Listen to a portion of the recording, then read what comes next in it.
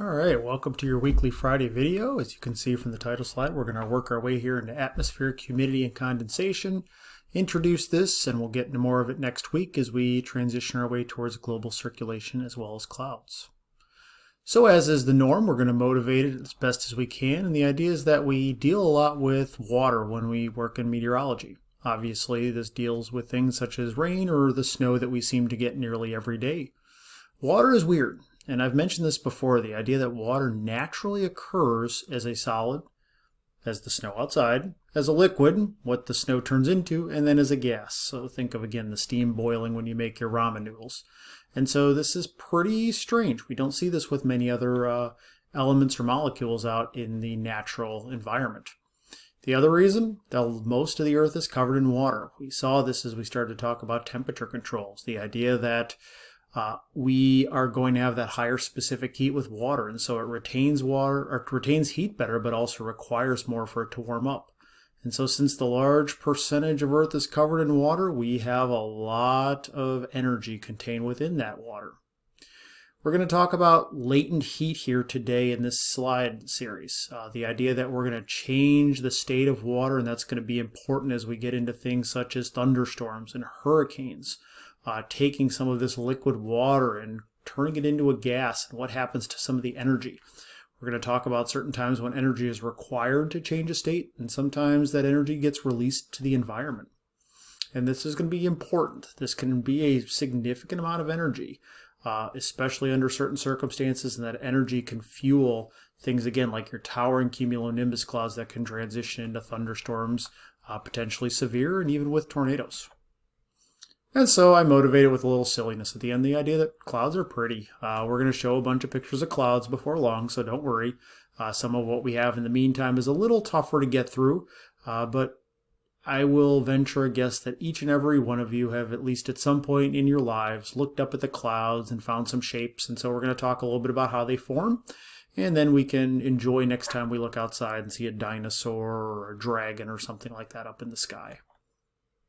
And so we start here with the hydrologic cycle, the idea that we have, just like most things, some type of balance between incoming and outgoing. And here we see that the majority of the supply of water on Earth is contained within the oceans. The oceans are vast. If you've ever flown transcontinental, you've been over water for a really long time. The idea that we're going to have 97% contained in the oceans, and the majority past that is actually contained in ice and glaciers. So up in the polar regions, Antarctica, Greenland, areas near the North Pole, and so 99% is between oceans, ice, and glaciers. Probably a surprise is that the majority from that point forward is actually contained underground. This is the idea that we can at times have well water. We have water tables that rise up to levels sometimes near Earth's surface and sometimes well below. Very small percentage in the lakes, and you can see the 0.001% contained in the atmosphere. So we're going to really focus, interestingly enough, on that 0.001% moving forward. And the idea that we have this evaporation that is going to be highest over water, over the oceans where we have large amounts of water, it gets transported over land. We can get some condensation to form the clouds, and there's going to be energy transfer occurring throughout all of these processes. And so if you find yourself down in the business school, you may be familiar with PE ratios, price and earnings. We do our own PE ratio here in meteorology, and we're dealing with precipitation and evaporation. So here again, the idea that you're going to have more precip than evaporation over land, and conversely, you're going to get higher amounts of evaporation over water.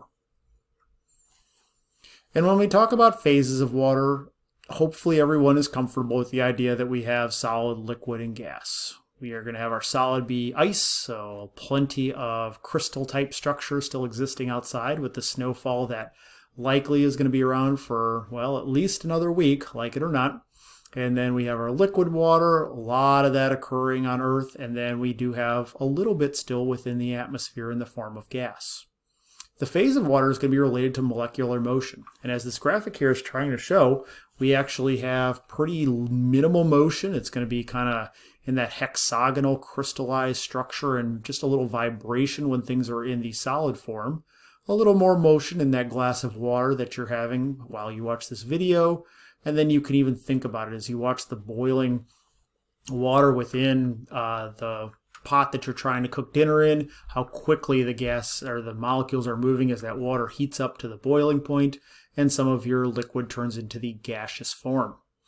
And so again, ice being that coolest or slowest phase, water vapor is going to be the warmest or fastest phase, and the liquid water simply just falls in between. This is going to be important and in some ways is related to temperature. The idea that we're looking at that molecular motion, how fast things are moving to show temperature. And yes, not surprisingly, ice is much cooler than steam. And so this graphic here is quite important. I encourage you to spend some time with it. If you need to pause, if you need to rewind, feel free to mute me the second time around to take the notes that you need and start to gain comfort. You will see this on labs. You will almost certainly see some of this stuff on upcoming exams. Latent heat, heat energy required to change a substance from one state to another. The term latent heat has come up before. Sometimes we'll refer to it as a hidden heat. It's basically heat that, again, is required to change the state instead of warming or cooling water. And this is going to come up on some upcoming slides as well. And so what you see as we move from the left side of this diagram to the right side of the diagram, in other words, ice to water, water to steam, or ice straight to the vapor form, we are going to require heat energy to be taken from the surrounding environment in order to create those phase changes. In other words, we get ice, and as it warms towards the freezing point, yes, it will turn into water, but we actually require additional energy to make that phase change from a solid to a liquid state. And so as you can see here again, the italicized letters there, requiring energy from the environment. Conversely, as you move from the right side to the left side, so vapor to liquid, liquid to ice, or yes, again, we can change directly from vapor to ice, we are going to release energy to the environment. The fast-moving molecules in water vapor, if we are converting them, for instance, all the way to ice through that term called deposition, we're going to really slow things down. That's going to remove energy, and we have to release it to the environment. So one of the big ones you can see there is vapor to liquid, referred to as condensation. You've seen that happen. You've been around windows where all of a sudden you see little droplets start to form, and you can kind of write your name, and then it kind of shows up after it dries. Maybe I'm going off on a tangent here. But that change from vapor to liquid is going to be what happens when we start to form some clouds. We release this latent heat of condensation to the environment, and that becomes the fuel that I alluded to a few minutes ago that can form some of our thunderstorms.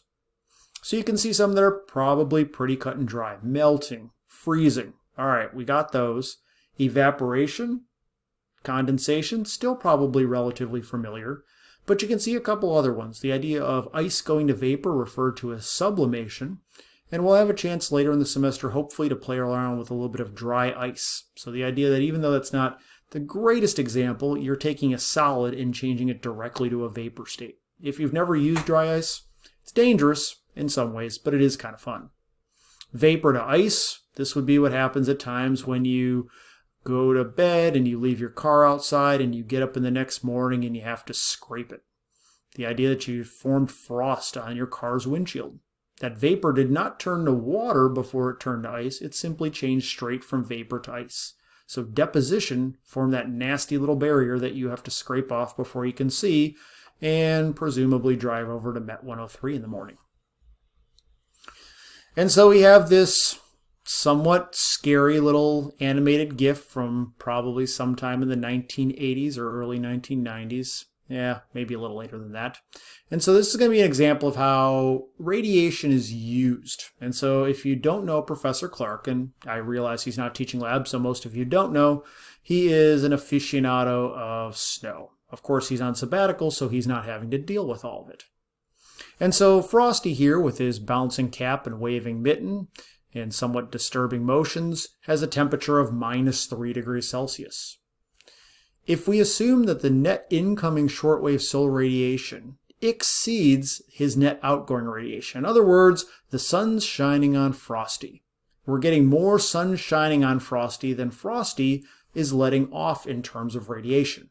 Again, think of a sunny day. Frosty, because he's colder, is definitely not letting off more radiation. What happens to Frosty in this instance? Think about it for a brief moment. You're probably thinking to yourself, Frosty will melt, and that's the natural reaction. But the reality is that Frosty was at -3 degrees Celsius. So first we actually have to warm Frosty. We're going to use that energy to simply increase the temperature of Frosty from -3 degrees Celsius up to 0 degrees Celsius. That means for at least a little while, Frosty, well, is pretty much safe. But if we continue to have enough of that incoming shortwave solar radiation to warm Frosty up to 0, well, what happens if we continue to add more incoming shortwave radiation? Frosty is still pretty cold. He's a snowman, of course, and so is he going to melt at this point? The answer is yes. And so I'll move to this slide so you can stop looking at Frosty for a little bit, but we can basically talk about the idea that Frosty is occurring in this general range. The idea here is that we look at the phase changes of water.